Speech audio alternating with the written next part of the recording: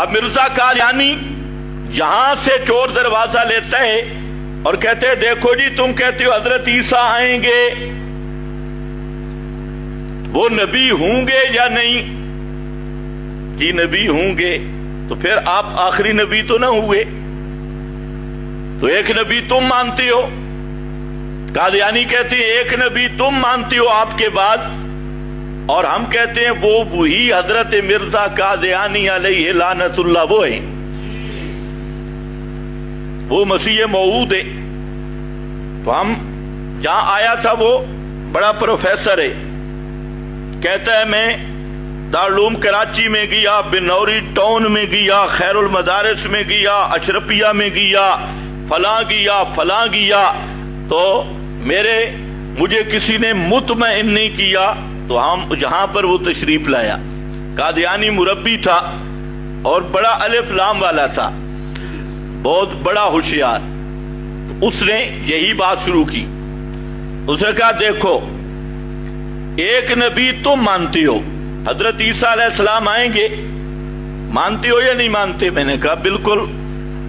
تو کہتے ہیں کہ ایک نبی ہم مانتے ہیں مسیح موعود، تم ختم نبوت کے قائل بن گئے، ہم ختم نبوت کے منکر بن گئے، یہ کیسے ہو سکتا ہے جبکہ حضرت عیسیٰ کی آمد تم بھی مانتے ہو؟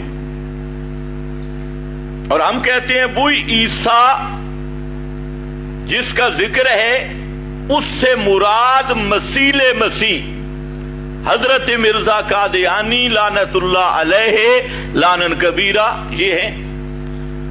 میں نے کہا بالکل ٹھیک ہے، پہلے یہ فیصلہ کر ختم نبوت کا معنی کیا ہے۔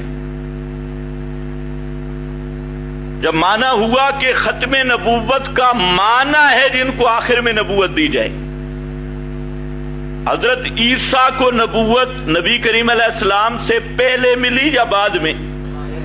پہلے۔ حضرت عیسیٰ کو نبوت ملی پہلے، اور مرزا قادیانی آپ سے پہلے پیدا ہوئے یا بعد میں؟ یہ کہہ رہا ہے پہلے۔ واقع خلاصہ مرزا قادیانی نبی کریم علیہ السلام سے پہلے پیدا ہوئے یا بعد میں؟ حضرت عیسیٰ کو نبوت آپ سے پہلے ملی یا بعد میں؟ حضرت عیسیٰ کو نبوت نبی کریم علیہ السلام سے پہلے ملی۔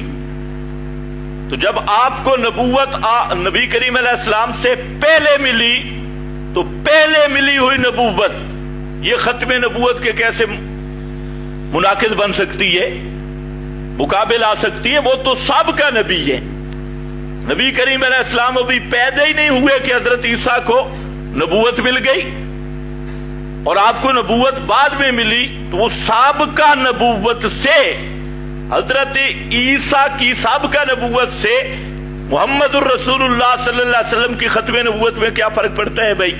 اور میں نے کہا قادیانی یہ آپ سے پہلے پیدا ہوا بعد میں؟ کہتے ہیں بعد میں۔ تو میں نے کہا اس کو نبوت پہلے ملی یا بعد میں؟ کہتے ہیں بعد میں۔ اس لیے میں نے کہا تم کافر ہو، ختم نبوت کے منکر ہو۔ اور ہم جو کہتے ہیں حضرت عیسیٰ آئیں گے، ان کو نبوت امام الانبیاء کو نبوت ملنے سے بہت پہلے مل چکی ہے، اس لیے حضرت عیسیٰ کی آمد یہ ختم نبوت کے منافی قطعا نہیں۔ مرزا قادیانی کو نبی ماننا یہ ہے ختم نبوت کا انکار۔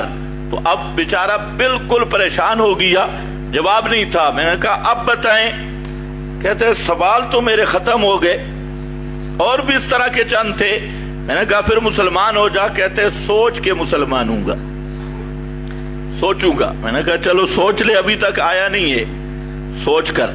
تو خیر ضمناً میں نے یہ بات بھی آپ کو بتا دی کہ بعض جاہل قسم کے لوگ ان کو ختم نبوت کا معنی ہی نہیں آتا، اور کہتے ہیں اگر حضرت عیسیٰ کی آمد مانتی ہو تو یہ عقیدہ ختم نبوت کے خلاف ہے، تو یہ اذل من الحمار اور اجہل من ابی جہل قسم کے جہل مرکب، وہ ختم نبوت پر ایمان تو بعد کی بات ہے، ختم نبوت کا انہیں معنی بھی نہیں آتا۔